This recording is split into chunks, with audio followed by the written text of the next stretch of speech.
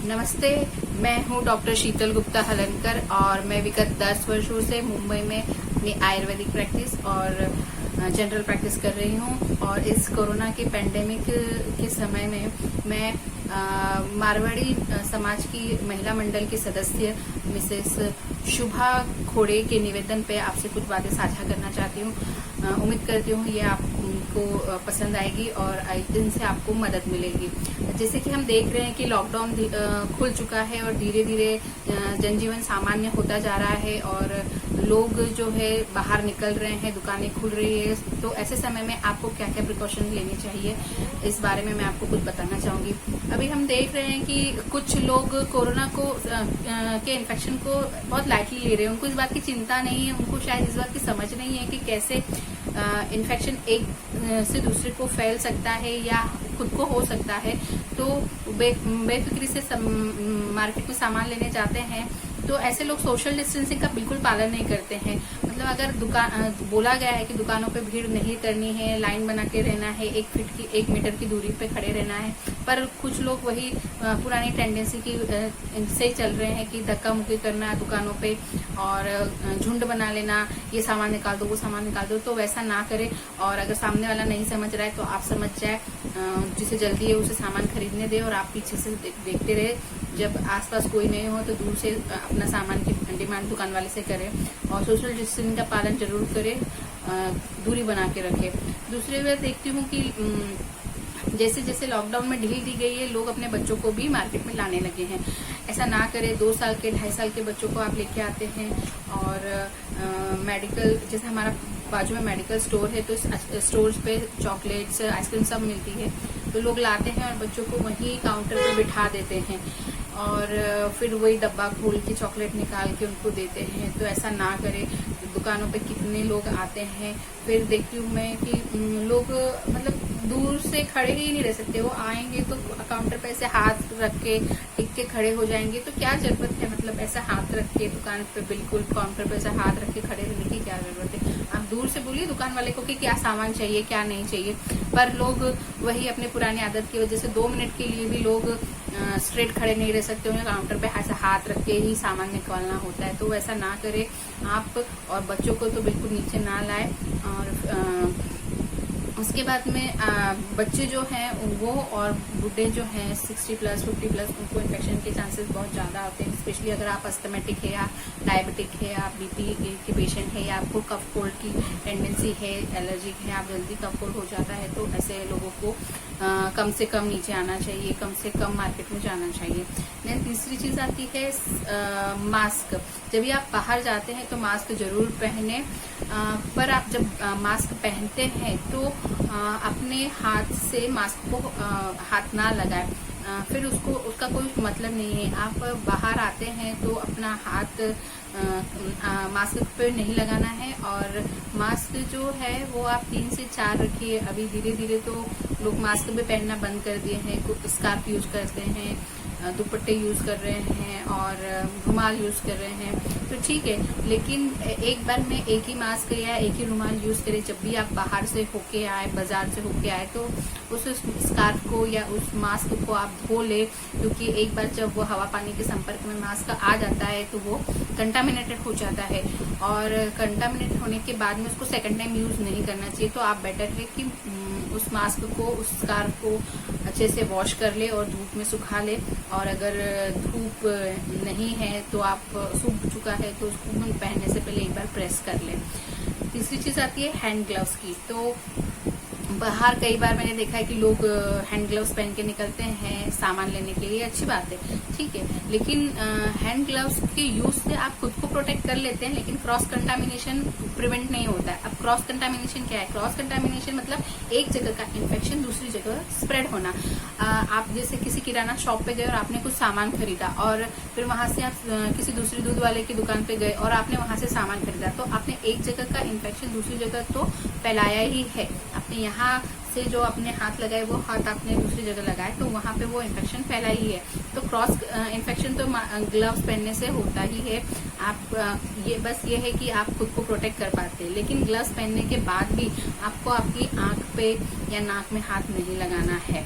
Then gloves कई बार मैं देखती हूँ कि कई बहुत डॉक्टर्स भी रबड़ के ग्लव्स यूज कर रहे हैं। हालांकि मैं अपने क्लिनिक में हर पेशेंट पे अलग ग्लव्स यूज करती हूँ, एक पेशेंट का ग्लव्स दूसरे पे नहीं यूज करती हूँ। पर दूसरे क्लिनिक्स में मैं देखती हूँ कि लोग रबड़ के ग्लव्स पहन लेते हैं, देन सैनिटाइज करके दूसरे पेशेंट को एग्जामिन करते हैं। तो इससे क्रॉस कंटामिनेशन के चांसेस ज़्यादा है।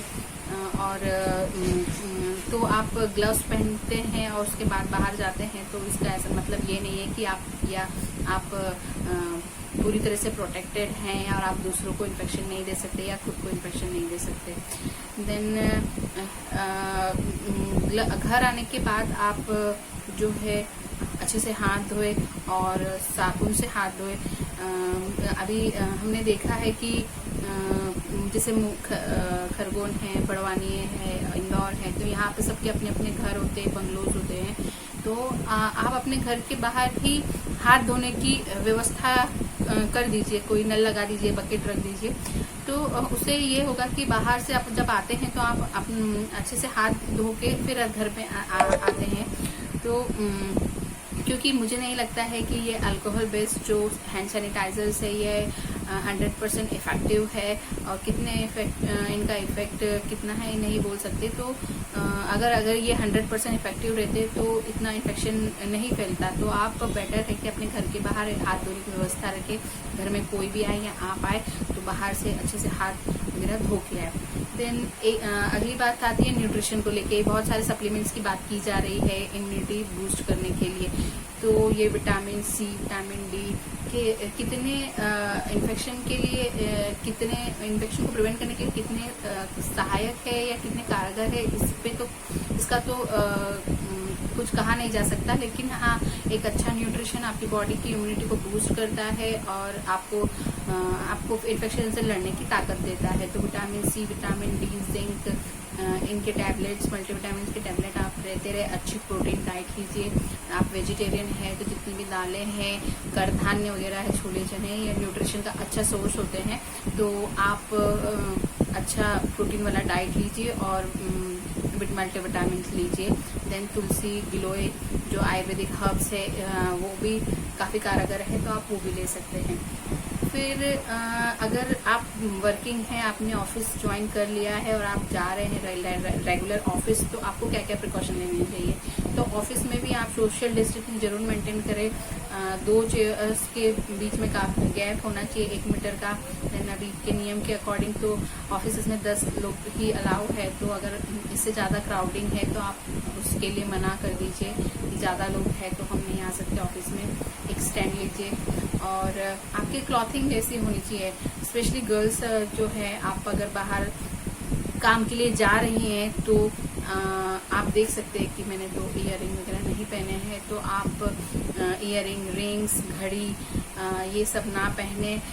ये इन पे कीटाणु जो है वो ग्रो करने के चांस ज़्यादा होते हैं। फिर पानी लगने से इनके ऊपर कीटाणु ग्रो कर जाते हैं। तो आप अगर हाथ में भगवान का मौली है या पुरानी राखियाँ हैं तो वो सब उतार दीजिए, वो ना पहने, क्योंकि वो गीला होने के बाद उनमें फिर जम्स ग्रो करते हैं। तो वो सब ना पहने आप। और हेयर्स को भी आप इस तरीके से बांध के रखें, ऐसे खुले बाल या लंबी चोटियां ना करें, क्योंकि इनसे भी कीटाणु बैठते हैं और इनसे भी इन्फेक्शन के चांसेस रहते हैं। बाल टाइट बांध के रखें और बालों को खुला ज़्यादा ना छोड़े। पसीना भी ज़्यादा आता है, फिर जम्स की प्रॉब्लम होती है। तो बेहतर है कि कांटेक्ट एरिया कम करें अपना।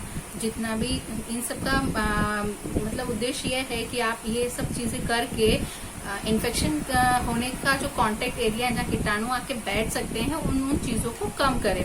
देन जब आप घर में भी आते हैं, पहले तो आप ना आपके कपड़े जो हैं पहले की तरह ना करें कि 7 दिन के 7 जोड़ी कपड़े। तो कुछ जोड़ी कपड़े निकाल के रख लीजिए और वही कपड़े पहना करें और बाहर से आने के बाद उसको वॉश कर ले और अच्छे से प्रेस करके कपड़े पहने।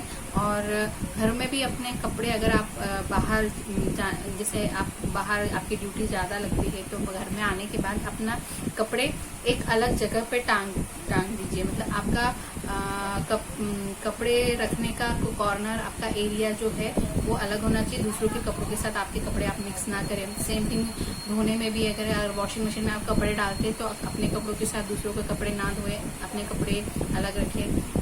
देन बाथरूम को आप हो सके तो हर दूसरे दिन ब्लीचिंग पाउडर से क्लीन करें।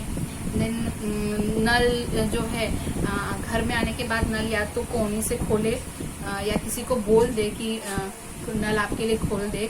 तो बाहर से जब आते हैं तो आप नल को डायरेक्ट टच ना करें, कोने से खोले या किसी को बोल के नल खुलवा ले और देन आप हैंड वॉश करें। देन हैंड वॉश आप यहाँ तक करें और जो हैंड वॉश के पूरे स्टेप से 6 स्टेप ऐसे ऐसे ऐसे ऐसे ऐसे ऐसे पूरा हैंड वॉश यहाँ तक करे। देन ऊपर से नीचे हैंड वॉश करे, पानी नीचे टपका दे। ऐसे पकड़ के पानी ना टपका क्योंकि यहाँ का गंदा फिर पानी आपका इधर से टपकेगा। तो ऐसे हैंड वॉश ना करें, हैंड वॉश ऐसे करें। देन आप अगर किसी बिल्डिंग में जाते हैं या आप मेरी तरह मल्टी स्टोरी बिल्डिंग में रहते हैं तो लिफ्ट का उपयोग ना करें। और लिफ्ट में अगर आप जाते हैं तो लिफ्ट के बटन को यूं करके ना दबाने की बजाय आप कोहनी से दबाएं।